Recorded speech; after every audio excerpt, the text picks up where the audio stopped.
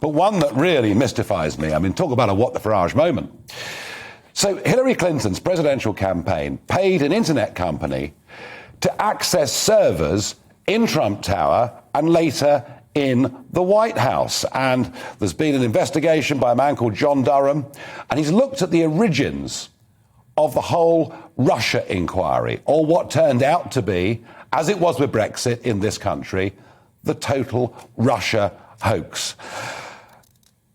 A few years ago, a president called Nixon was involved in illegally getting access to information that had come from Democrat HQ. It led to Nixon resigning as president of the United States of America.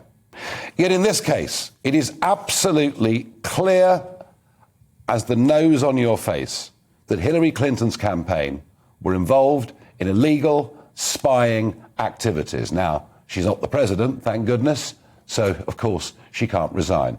But here is the utterly bizarre thing. The Russia hoax, both here and in America, went on for a couple of years, non-stop. It was Russian interference. It was Russian money that led to Brexit and Trump. It was endless.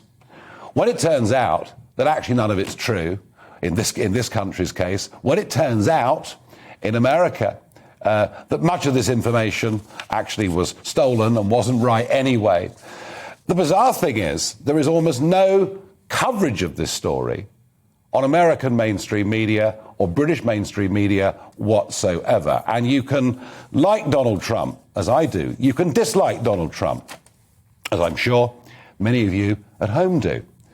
But the sheer unfairness with the way in which this is all handled is completely outrageous. And it goes to show that the comments Trump was making, that he'd been spied on, those comments that were laughed, those comments that were mocked, those comments that were lampooned, have turned out to be absolutely true. And there is something really, really going wrong in our Western democracies. Now, we've talked a lot about the cost of living, and I know since I came here at GB News, I've been talking a fair bit about inflation, saying that central banks have underestimated it, that governments don't really understand what's going on. Well, we got the figures this morning, and inflation has now hit another 30-year high. It's 5.5%. It's projected to be perhaps over 7% by the spring. But the amazing thing that I thought about it was this.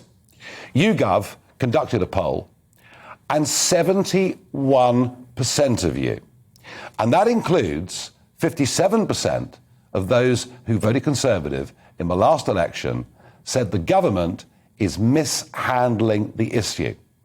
Now, as I say, it's the highest rate, that January rate, the highest rate since we go back all the way to March 1992.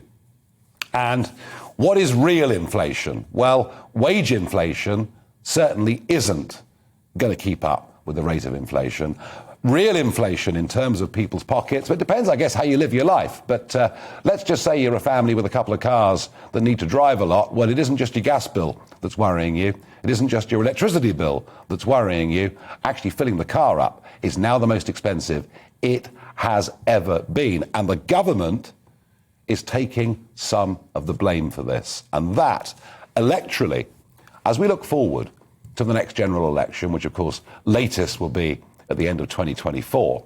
The one thing that Conservatives need to win re-election is people to think they're competent in terms of their handling of the economy. Yes, there are many other things in life that influence how we feel and how we vote, but particularly for Conservatives, management of the economy and confidence of the public that they are the right party to do it is absolutely crucial. This is just one poll, but I think it's quite a big warning shot for the government, and something that certainly is going to make Rishi Sunak think very hard.